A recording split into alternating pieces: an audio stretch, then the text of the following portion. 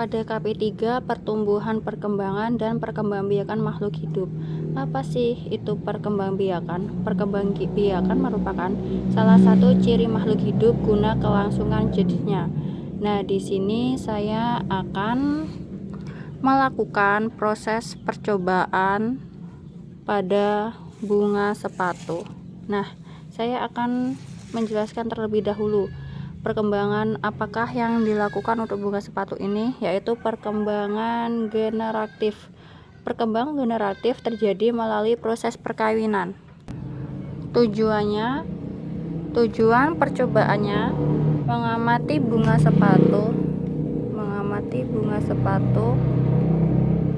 mengetahui struktur atau klasifikasi pada bunga sepatu tersebut, bahan dan alat-alatnya. Yang pertama itu bunga sepatu,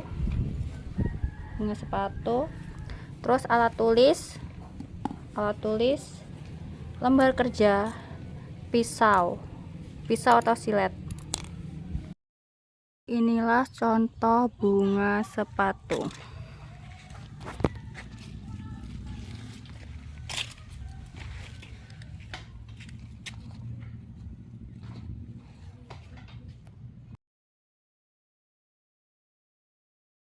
Nah, di sini perkembangbiakan generatif contohnya seperti bunga sepatu ini.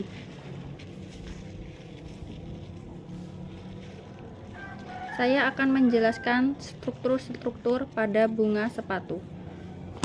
Di sini saya akan menjelaskan bagian-bagian struktur pada bunga sepatu. Nah, di sini saya potong terlebih dahulu. Nah, yang pertama itu mahkota bunga. Mahkota bunga itu berwarna merah muda. Ini jumlahnya ada 5, 1, 2, 3, 4, 5. Fungsinya untuk apa? Fungsinya untuk menarik serangga dalam penyerbukan seperti lebah atau kupu-kupu. Yang kedua itu kelopak bunga. Ini kelopak bunga, warnanya ini hijau, berada di bagian bawah mahkota. Nih, di bagian bawah mahkota. Fungsinya apa? Untuk melindungi bunga saat masih kuncup. Terus yang ketiga itu benang sari. Ini yang dinamakan nih benang sari. Ini benang sari. Ini warnanya kuning. Ada di ujung tangkai. Ini tangkainya di ujung tangkai. Yang ujung tangkai panjang yang keluar dari tengah bunga. Fungsinya untuk menghasilkan serbuk sari sebagai sel jantan. Yang keempat itu putik. Ini putik. Putik ini warnanya kuning dengan ujung merah. Atau ini kepala putik. Ini kepala putik nih. Nah, fungsinya sebagai alat kelamin betina tempat menempel serbuk sari. Yang terakhir itu ada tangkai. Ini tangkai. Tangkai bunga ini warnanya hijau. Untuk apa? Untuk menopang bunga agar tetap tegak dan menempel di bagian batangnya. Nih, di bagian batang bunganya. Ini letaknya di bagian bawah bunga. Nih, kayak gini. Selanjutnya perkembangbiakan tumbuhan pada vegetatif alami. Mengidentifikasi perkembangan aksesual pada tumbuhan di sekitar lingkungan tempat tinggal. Alat dan bahannya: alat tulis, tabel pengamatan, lingkungan sekitar tempat tinggal, dan tanaman vegetatif alami. Di sini saya akan memberikan contoh 5 tumbuhan dan jenis perkembangbiakan aseksual. Yang pertama, pohon pisang. Ini adalah tanaman pohon pisang. Saya akan menjelaskan contohnya pohon pisang. Pohon pisang itu bertunas. Nah, cara perkembangbiakannya aksesual yang dilakukannya dengan munculnya tunas baru di sekitar induk. Seperti contoh di sekitar induk tanaman ya. Terus tunas tumbuh di kuncup.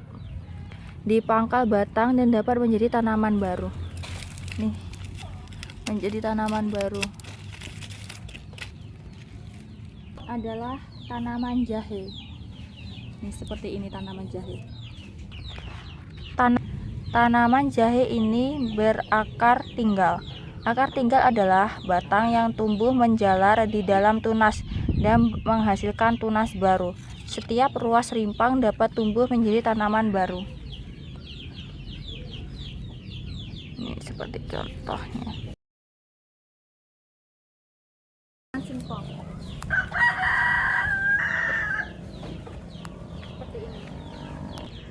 Tanaman singkong ini yaitu stek batang.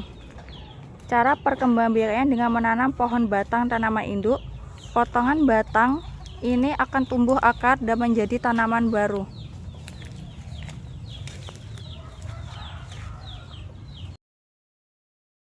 Selanjutnya adalah tanaman kunyit. Nih, seperti contohnya. Kunyit ini termasuk rhizoma. Rhizoma adalah batang yang tumbuh di bawah tanah dan menyimpan cadangan makanan dari rhizoma. Dapat tumbuh tunas baru yang menjadi tanaman baru. Seperti contohnya ini, tumbuh tanaman baru.